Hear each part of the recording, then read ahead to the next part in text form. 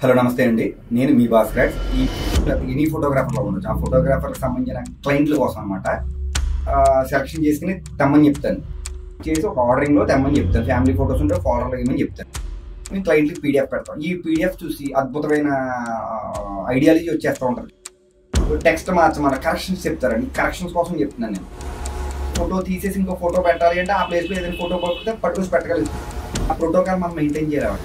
DSC__ ఏదైతే మాకు file name ఉందో ఆ నేమ్ ప్రకారం ఆర్డరింగ్ ప్రకారం తీసుకుంటూ వెళ్ళిపోతాం. లేదా ఇంకో కొత్త షీట్లు క్రియేషన్ చేసుకోవాలి, లేదా ఇంకా ప్రాజెక్ట్ క్యాన్సిల్ చేసుకోవాలి. అయితే నేను మార్చలేను, నేను కాదు, ఇండియాలో ఎవరో కూడా ఎడిటర్ కూడా అలాగా మార్చలేడు. హలో నమస్తే అండి, నేను మీ భాస్కర్. ఈ వీడియో ముఖ్య ఉద్దేశం ఏంటంటే మా ఫోటోగ్రాఫర్లు నాకు ఎవరైతే ఉంటారో పర్సనల్ ఫోటోగ్రాఫర్లో ఉండొచ్చు, లేకపోతే ఎనీ ఫోటోగ్రాఫర్లో ఉండొచ్చు. ఆ ఫోటోగ్రాఫర్కి సంబంధించిన క్లయింట్ల కోసం అనమాట. మనం ఆల్బమ్ డిజైనింగ్కి డేటా తెస్తారు, సెలక్షన్ చేయించుకుని తెస్తారు. ఇక్కడ పట్టుకొచ్చాక అన్ని పక్క సెలక్షన్ చేసుకుని తెమ్మని చెప్తాను. ఏది ఫోల్డర్స్ డేటా స్ప్లిట్టింగ్ చేసి ఏదైతే ఉంటాయి, గ్రూమ్ మేకింగ్, బ్రైడ్ మేకింగ్, లేకపోతే any event, birthday function, half sari, house warming, any one a function అయినా నేను డేటా స్ప్లిట్ చేసి ఒక ఆర్డరింగ్లో తెమ్మని చెప్తాను. ఫ్యామిలీ ఫొటోస్ ఉంటే ఫోల్డర్లో ఏమని చెప్తాను. ఇప్పుడు క్లయింట్లకి అన్ని నీట్గా వేస్తారో నేను వర్క్ చేశాక, డిజైన్ చేశాక, మేము ఒక 4 రోజులు వారం రోజులు కష్టపడి పని చేశాక మేము క్లయింట్లకి పీడిఎఫ్ పెడతాం. ఈ పీడిఎఫ్ చూసి అద్భుతమైన ఐడియాలజీ వచ్చేస్తూ ఉంటారు క్లయింట్లకి. ఎవరో మా ఫోటోగ్రాఫర్కి సంబంధించిన వాళ్ళ క్లయింట్లకి వచ్చేసి ఏంటి అంటే పోనీ టెక్స్ట్ మార్చమని కరెక్షన్స్ చెప్తారండి. కరెక్షన్స్ కోసం చెప్తున్నాను నేను. పేరు తప్పు ఉందంటారు, మారుస్తాం, అది మా తప్పుదాం. ఫోటో ఒక చోట ఉన్న ఫోటో ఒకటి ఉందన్నారు, అది మా తప్పుదాం, మారుస్తాం. ఏదైనా లేదా ఫోటో తీసేసి ఇంకో ఫోటో పెట్టాలి అంటే ఆ ప్లేస్లో ఏదైనా ఫోటో పడితే పట్టుకొచ్చి పెట్టగలుగుతాం. ఇది కాదు, అన్నీ అయిపోయాక మా ఊళ్ళకి సంబంధించిన ఫోటోలు అంటే మా తాతగారి అబ్బాయి, మా చిన్నాన్నగారి పిల్లలు, వాళ్ళ మాంగారు ఫోటో ఉండి ఇది ఒక చోట ఉందండి, ఇది ఈ పేజీలో ఉందండి, ఇవన్నీ పట్టుకొచ్చి ఒక చోట పెడితే బాగుంటుందేమో, ఇది ఇక్కడదే, ఇది ఇక్కడ తెచ్చి ఇక్కడ పెట్టండి, అది అక్కడ తెచ్చి ఇక్కడ తెచ్చి పెట్టండి అని చాలా కష్టం అది.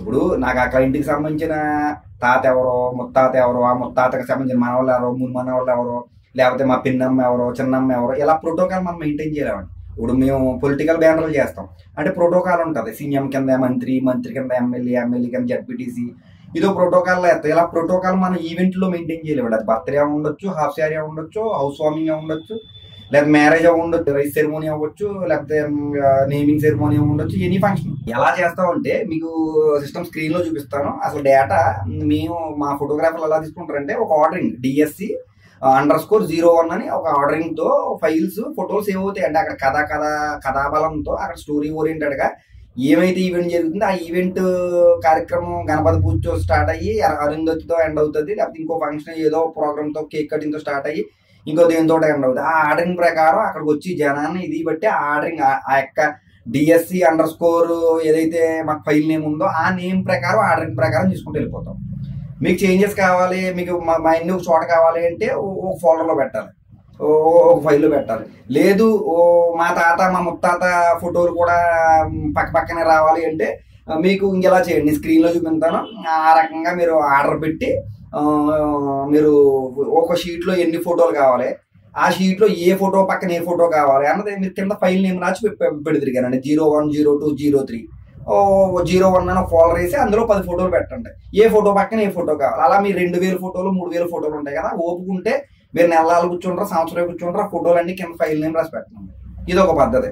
లేదు అంటారా, ఇక్కడికి నా షాప్కి విజిట్కి వచ్చేస్తే మీ ఫోటోగ్రాఫర్గా చెప్తున్నాను, మీ క్లయింట్ని షాప్కి పంపించేస్తే ఇక్కడ నేను 2 పూట్ల భోజనం టిఫిన్ పెడతాను. ఒక వారం రోజులు నాతో కూర్చొని రోజు సాయంత్రం కూర్చుని ఏ ఫోటో పక్కన ఏ ఫోటో కావాలో పక్కన కూర్చొని డిజైన్ చేయించుకోండి. 2 ఆప్షన్ అండి. మూడోది, మీరు మీ ఇచ్చిన డేటాను సెలెక్ట్ చేసి ఒక 4 ఫోల్డర్లో పెడితే మేము ఒక ఆర్డరింగ్లో ప్యాటర్న్ వేసుకుపోతాం. అవి కరెక్షన్లో చేంజెస్ మార్చుతాం. స్పెల్లింగ్ మిస్టేక్లు ఏమైనా ఉంటే తప్పదా మాది మారుతామండి. లేదా ఫోటోని ఏమన్నా రిప్లేస్ చేసి ఆ ప్లేస్లో ఇంకో ఫోటో పంపుతానంటే పెడతాం. మేము ఇంకొకటి సేమ్ ఫోటో పెట్టామంటే తప్పదాం. అంతే తప్ప వర్క్ అంతా అయిపోయాక మా నాన్న ఎక్కడ ఉన్నాడో, లేదా మా చిన్నాన్న ఎక్కడ ఉన్నాడో, చిన్నాన్న గారి పిల్లోడు ఏమో ఎక్కడ ఉన్నాడో, ఇంకొకటి ఎక్కడ ఉన్నాడో, వీళ్ళందరూ కలిపి చోటగా రావా అంటే కష్టం అండి. లేదా ఇంకో కొత్త షీట్లు క్రియేషన్ చేసుకోవాలి, లేదా ఇంకా ప్రాజెక్ట్ క్యాన్సిల్ చేసుకోవాలి, అది కొత్తగా చేయాలి మళ్ళీ. దీన్ని దృష్టిలో పెట్టుకోండి. నేను అసలు ఇప్పుడు మీకు సిస్టమ్ స్క్రీన్లో ఒకవేళ మీరు స్ప్లిట్ చేసుకోవాలంటే ఎలా స్ప్లిట్ చేసుకోవాలి, ఎలా పేర్లు పెట్టుకోవాలి, ఎలా ఎవరెవరి ఫోటోలు ఎలా పెట్టుకోవాలో ఒక చిన్న థియరీ చెప్తాను. ఆ థియరీ ఫాలో అవ్వండి.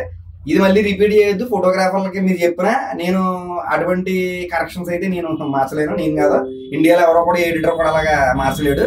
ఎందుకంటే ఇండియాలో ఎవరో కూడా ప్రోటోకాల్ మెయింటైన్ చేయలేరు. ఎందుకంటే ఆ తాత ఎవరో ముత్తాత ఎవరో ఎన్ని పట్టుకొచ్చి పక్క పక్కన పెట్టండి. అక్కడ DSC__ అని ఒక మనకి ఫైల్ నేమ్ ఉంటుంది. ఆ ఫైల్ నేమ్ ప్రకారమే స్క్రీన్ ప్లే ఎడిటింగ్ చేసుకుంటా వెళ్తారు. ఏ ఎడిటర్ అయినా, అది వీడియో అయినా, ఆల్బమ్ అయినా, ఇది ప్రాసెస్.